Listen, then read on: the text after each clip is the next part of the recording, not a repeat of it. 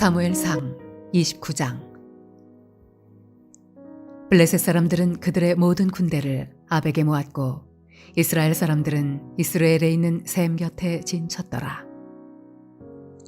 블레셋 사람들의 수령들은 수백 명씩 수천 명씩 인솔하여 나아가고 다윗과 그의 사람들은 아기스와 함께 그 뒤에서 나아가더니 블레셋 사람들의 방백들이 이르되 이 히브리 사람들이 무엇을 하려느냐 하니 아기스가 블레셋 사람들의 방백들에게 이르되 이는 이스라엘 왕 사울의 신하 다윗이 아니냐. 그가 나와 함께 있은지 여러 날 여러 해로 돼 그가 망명하여 온 날부터 오늘까지 내가 그의 허물을 보지 못하였노라. 블레셋 사람의 방백들이 그에게 노한지라. 블레셋 방백들이 그에게 이르되 이 사람을 돌려보내어 왕이 그에게 정하신 그 처소로 가게 하소서. 그는 우리와 함께 싸움에 내려가지 못하리니 그가 전장에서 우리의 대적이 될까 하나이다. 그가 무엇으로 그 주와 다시 화합하리이까? 이 사람들의 머리로 하지 아니하겠나이까?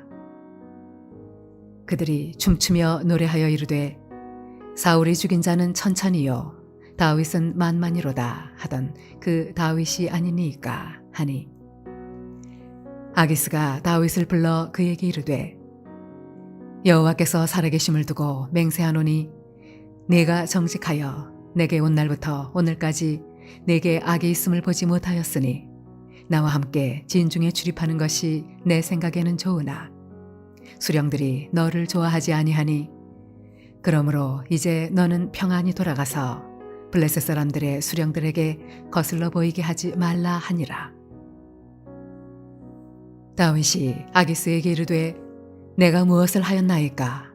내가 당신 앞에 오늘까지 있는 동안에 당신이 종에게서 무엇을 보셨기에 내가 가서 내 주 왕의 원수와 싸우지 못하게 하시나이까? 하니 아기스가 다윗에게 대답하여 이르되 내가 내 목전에 하나님의 전령같이 선한 것을 내가 아나 블레셋 사람들의 방백들은 말하기를 그가 우리와 함께 전장에 올라가지 못하리라 하니 그런즉 너는 너와 함께 온 내 주의 신하들과 더불어 새벽에 일어나라.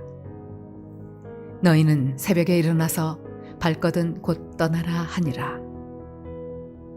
이에 다윗이 자기 사람들과 더불어 아침에 일찍 일어나서 떠나 블레셋 사람들의 땅으로 돌아가고 블레셋 사람들은 이스라엘로 올라가니라.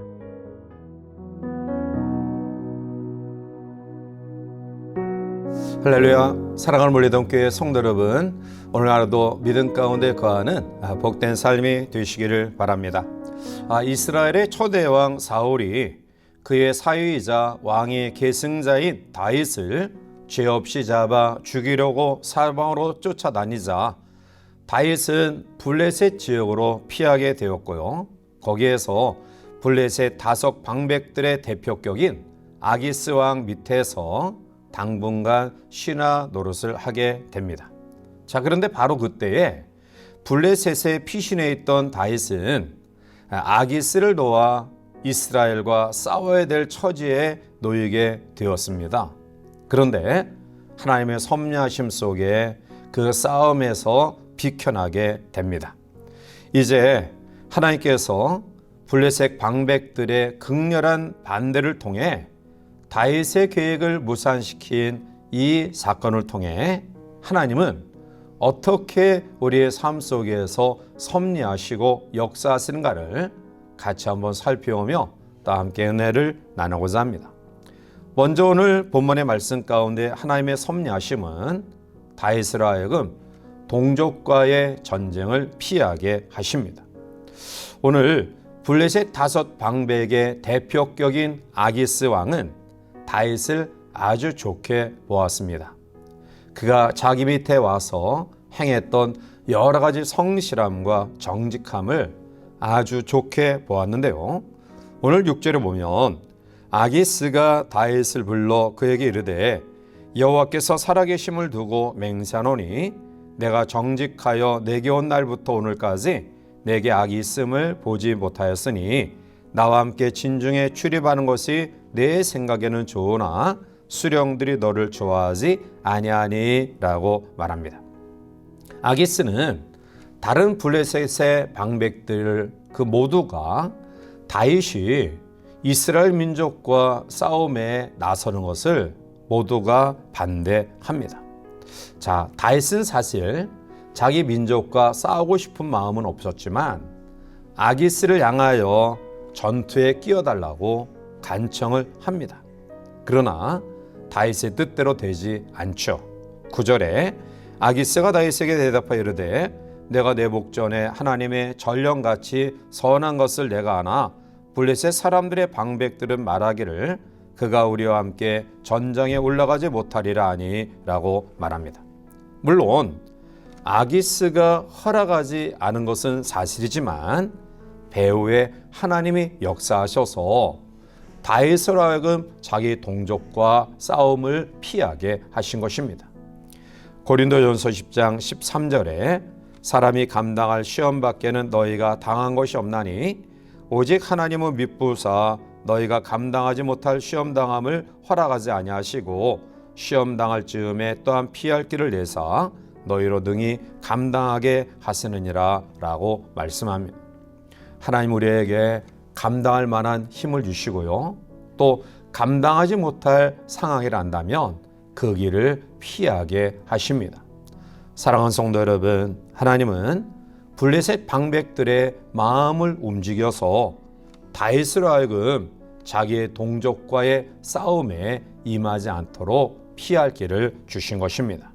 하나님은 다윗을 진퇴양난의 위기에서 벗어나게 하신 것입니다.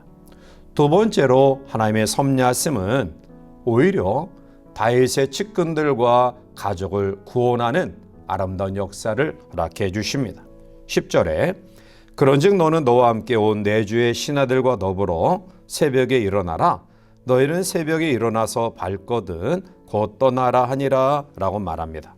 결국 전쟁에 참여를 허락하지 않은 아기스를 통해서 시글락으로 다윗은 회군하게 되었고요.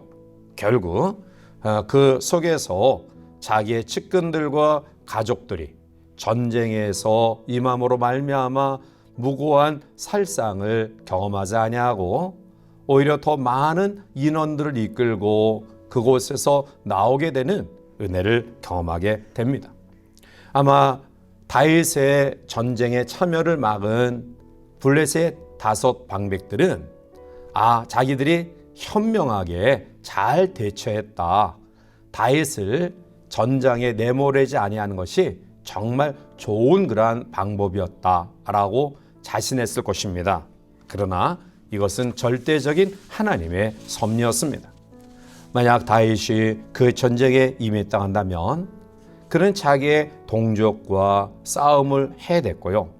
거기에서 또 죽음의 위기를 경험할 수도 있겠죠.